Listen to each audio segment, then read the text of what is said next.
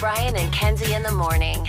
And Chicago's alternative all day. Q101. Brian and Kenzie on Q101. So yesterday at this time, we talked about the story of the Applebee's in Portage, Indiana, where a woman got arrested for eventually causing a ruckus after they told her she could not share with the group her all-you-can-eat items that she purchased. The wings, and what else, Kenzie, do they have there? Let me tell you something with Applebee's right now. $15.99. It is all you can eat. Is their legendary boneless wings. It is their double crunch shrimp, and it is their riblets. God, riblets sound so good. It's a good collection of items. Let me tell you something. And I would say if you get these at your table, you'd want to share them with people, but it's all you can eat. And the group was a little, I guess, too many people were sharing the all you can eats. So they The problem is if you all order it, then you could get each one. Yeah. You can't just order like a basket for the crew. like 11 people. Yeah. And say, we need a refill. Hello. Refill it. Bad Chef, service here. Chef, I need more winglets. Thank you, Chef. Or riblets, not winglets. So we want to get more information because the information kind of just ceased from that story of the woman got arrested and want to kind of know more about what you can do at Applebee's. Like, did she hand somebody a wing and her face just got jammed into the table? She got beat with a nightstick? Because that's what I imagined her being like, honey, did you want to try one punch in the face? Or did something else happen? So you're saying like Jason Bourne came out from the kitchen and started... No, like Stone Cold Steve O, the glass broke. So Case called the Applebee's in Portage because they didn't open until 11. We wanted to call them during the show yesterday, but they didn't open until 11. Called them after the show, and this is the phone call when he called them.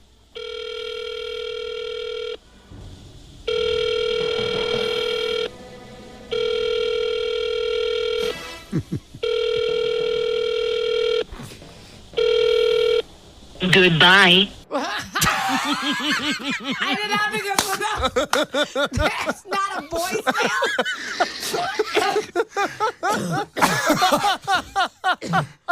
So we didn't tell Kenzie what was coming there. I didn't get to hear it yet. Oh my God. I'm making that my voicemail. That's incredible. Goodbye. He waited 7 rings to get to a goodbye. Incredible. I love that there's no suggestion for help. You don't even know if you called the right place. Oh my God. Kenzie, in case you missed it, here's what you're going to put on your voicemail. Yes. Goodbye.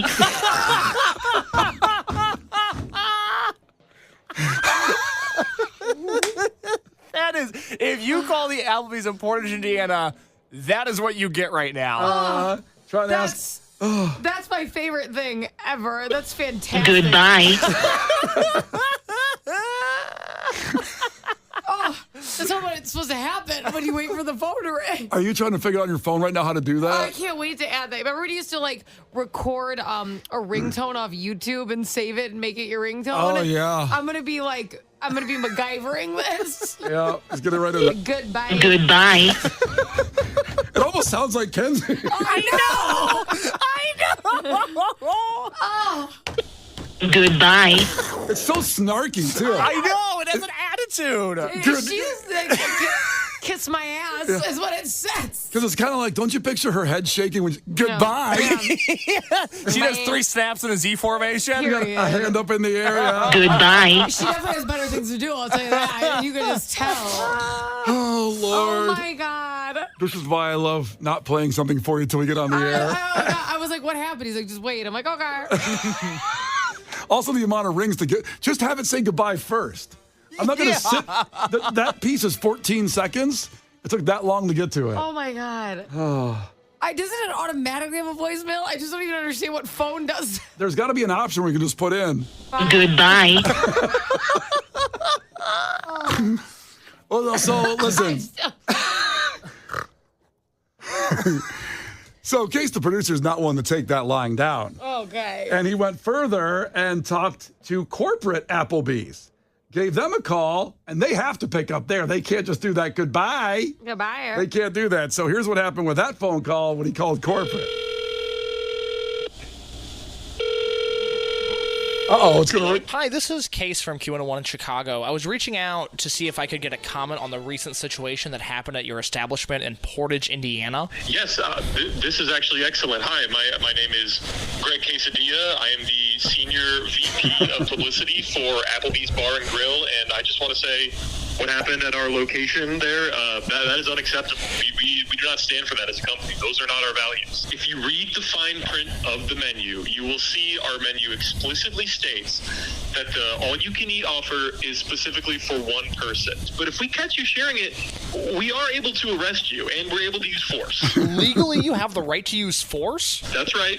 Check the menu that you open up. If you read the menu at Applebee's, it says by opening this menu, you are agreeing to our terms of service. If we feel the need, we're able to use force to remove you from the premises. Is there anything else you want to say to Q101 listeners or the Applebee's community at large? Yes, this is actually a perfect opportunity. We have a press release ready to go, but if you'll allow me, I'd like to just read it on the air. Please. Okay. On behalf of Applebee's Bar and Grill, we would like to condemn this unfortunate behavior in one of our franchises. The all-you-can-eat appetizer is meant to bring the Applebee's family together, not tear us apart. The fact that someone might stoop so low as to take advantage of this offer, frankly, makes all of us at Applebee's HQ sick. Whether it's our all-you-can-eat special, our free appetizer when you sign up for our Applebee's Club Perks, or the 50% off we offer on select cocktails, beers, and appetizers at participating Applebee's locations during our 3 p.m. to 6 p.m. happy hour special, our deals are meant to bring us closer to the community. The thought of anyone taking advantage of them makes us so sick, we feel like painting the walls of our restaurant with our puke. We hope to put this incident behind us and see you all very soon, splitting our chicken wonton tacos with the person you love most. Peace, love, and resist. Applebee's Bar and Grill HQ. Great quesadilla. Thank you so much. The Brian and Kenzie Show. Q101. Now let's get to the fact that makes your brain go. Because people's brains have been blowed up by this one from an expert that says if your boyfriend does not say I love you by this time, it won't work out, according to experts who've crunched numbers, done analytics, and seen how relationships work out when it's not said by this time. Are you ready for it? Kenzie said a month. I said a month. Case said 6 weeks. The actual time your boyfriend better say I love you is 3 months. If they don't say it by 3 months. 90-day fiance, baby. I guess. Now, you guys have said when you said it, your husband said it to you in 2 weeks. Yes. You didn't say, though, did you say it back then 2 weeks? No. When did you say I it like back? to hear it. I'm just like selfish with them. I'm like, So eh. when did you say it back? Like a month or two later. Okay. So I was like, we'll see. I want to see if you behave long enough. I love what's happening here, but we'll see. Did you then? Did he go like, I love you, I love you, I love you, I love you, I love you, No. waiting for you to say it? No, you just was, just brought it up here and there. Okay. Brian, if you said I love you to somebody and they didn't say it back for a month or two, you would probably jump in front of a semi-truck, right? Because that's what I would do. It's kind of like the Costanza, George Costanza, when the girl's deaf and he says, I love you, but he doesn't realize she didn't hear him say it. Oh, my God. She's deaf in one ear in Seinfeld. And then he said, I love you. And she goes, I know. I heard you the first time. And still didn't say it back. Oh, no. That is a hard little thing hanging out there. We had conversations about it. I'm just like, I'm vibing it out. Because We had conversations about it where you didn't say it. Here's why I'm not saying it. Yeah. Well, I'm going to make it. I just want to make sure we're keeping this energy for a while because I do love what's happening. You seem wonderful, but from previous experience in my life, this behavior fizzles out rather quickly. So let's just see. Well, I'm going to kind of piggyback on what you're saying and verify your feelings there, if it helps, if you needed any verification. Because we saw this story last night. Me and Megan were on the couch, and she goes, if you say this on the radio tomorrow, you better tell the truth about when you said it. Don't What friggin' did lie. you say? Don't do your little radio bit, she said. Your And, little radio bit. Make up some kind of thing on there. And so the truth is that when I met Megan, I did fall in love instantly, and I knew she was the one for me. Mm-hmm. And I was very cold. I think Case, the producers, know me longer. Kenzie, he can attest to that I'm cold, right? I used to be cold anyway. You're still so cold. I'm not. I'm much more warmer now. You're warmer, but that doesn't mean you're not cold. You're like the Grinch. And it's not about I'm a warm person and doing things for people. And You're the nicest guy I know. Thank you. You're genuinely such a good person. I love you to death. You're so cold sometimes. It's unbelievable. I have a weird problem with the word I love you. I used to. I know.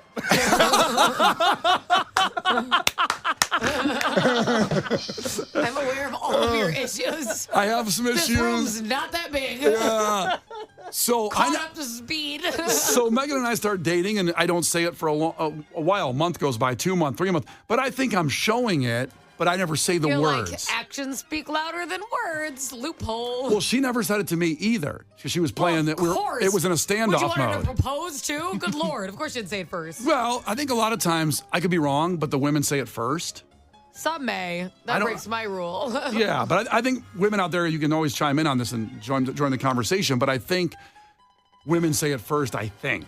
So anyway, so Megan said, don't lie, tell them the truth. And it took me, I feel bad saying it out loud now. What? 10 months. Jeez. Oh my God. She stayed with you that whole time? Yeah, it was her birthday, actually. So we were dating, and it was her how birthday. kind. And we were having a little drinks. We were actually out on the Jersey so she Shore. got you drunk and then you said it? No, we were just having a good time and on the beach, and she grabbed me by the face and said, "You love me, right?" She had to actually lead me to it. And I said, "Yeah, I love you, of course. How come you don't know that?" She goes, "Well, you never say it." And blah, blah, blah. We got in this fun conversation, and then, It sounds like it was fun. Yeah. Well, stuff happened, if you know what I mean, after that. Yeah. You know what I'm saying? Okay. The real love. But she then didn't let that one count, she said, because she had to make me say it. Yeah. And then like a month later, she You was finally said it naturally on your own? She was doing a business trip, and I said, well, I'm really going to miss you, because I love you. And it just seemed so weird to say it like that. I love you. Because I love you. But then she took it seriously, obviously, after that. She thought I really meant it because she didn't prompt me to say it. And Oh, my listen, heavens. now we're 3 years married. We have a 1.5-year-old, and nothing could be better than in the world. So I don't know Are you if going to tell Harper that you love her soon, or are you still waiting on that? 1.5, getting there. until she gets a job and starts paying stuff around there. Amen. Yeah. Freeloader. So 3 months is when you're supposed to say I love you. I'm proving the difference in that. All of us kind of are. Well, no, you guys said it. He said it earlier to you. In case, did you say it to your girl? 6 weeks in. 6 weeks in. I had to stop myself from saying it earlier. See? Yeah. You know, I told you guys are like, "Nyeh." Yeah, but I finally had to blow that lid.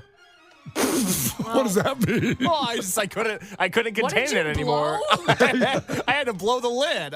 Okay. I couldn't contain myself. I finally found somebody that I really enjoyed spending time with. So you blew the lid. I blew the lid. All I can picture is like a whale saying I love you, like a blowhorn. That's about what it was. I love you. The Brian and Kenzie Show. On Q101.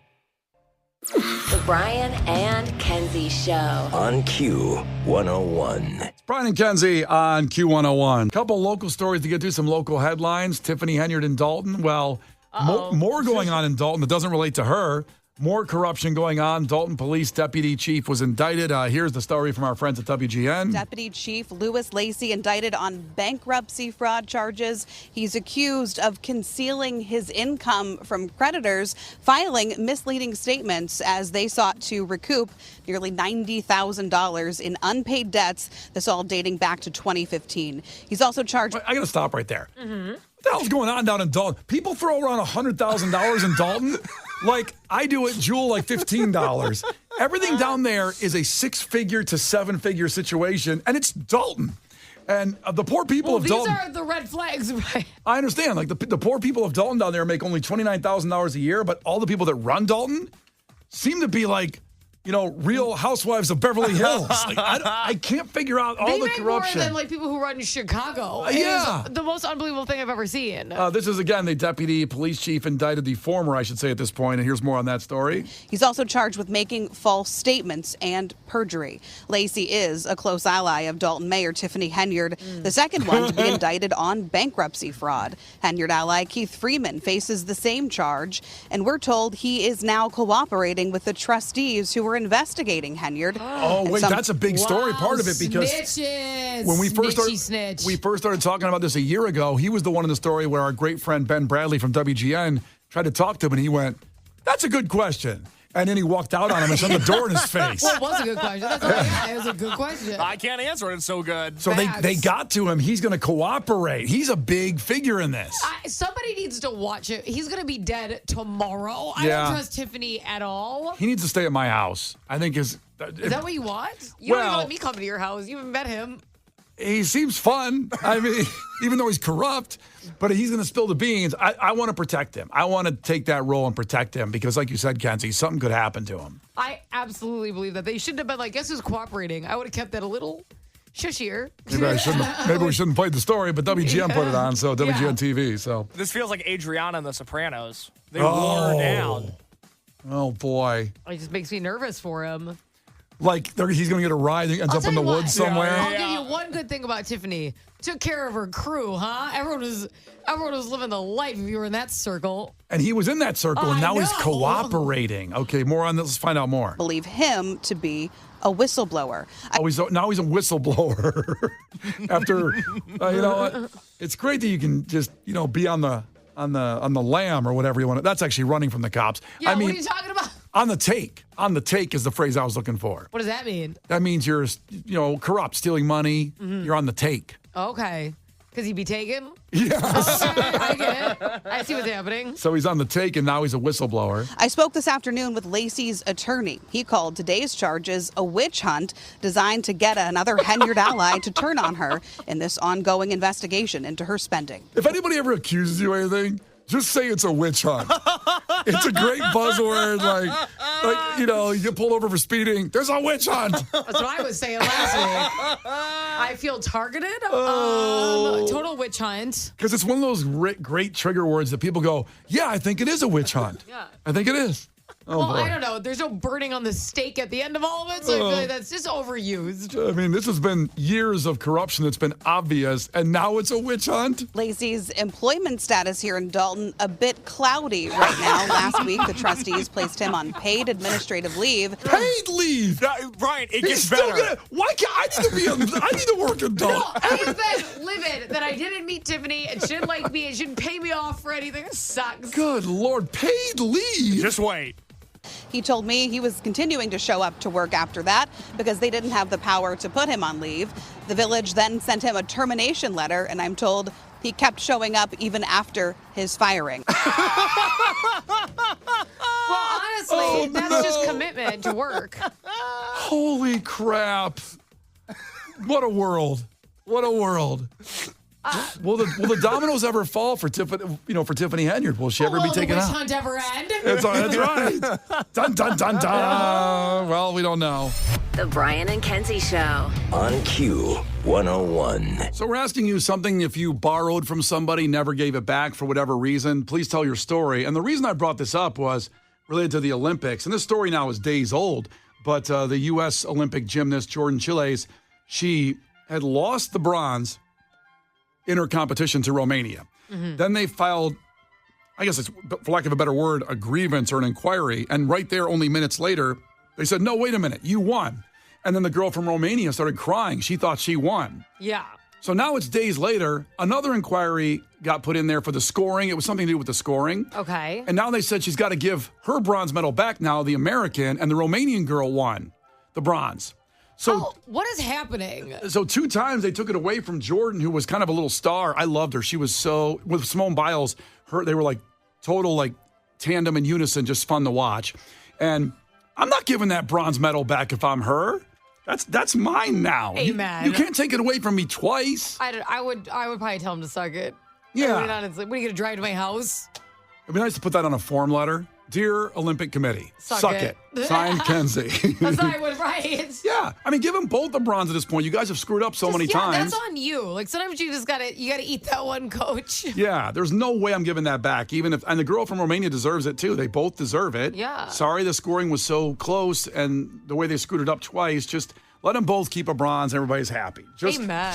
Just do that, okay? Now let's get to some of your calls and texts on this story of, have you ever borrowed something from somebody and never gave it back for whatever reason? Kind of like I think Jordan should do with that bronze. Never give it back. Just if you hold it out long enough, they'll forget about it. And you'll have the bronze. Listen, sometimes when I have something, I'm like, you can come get it.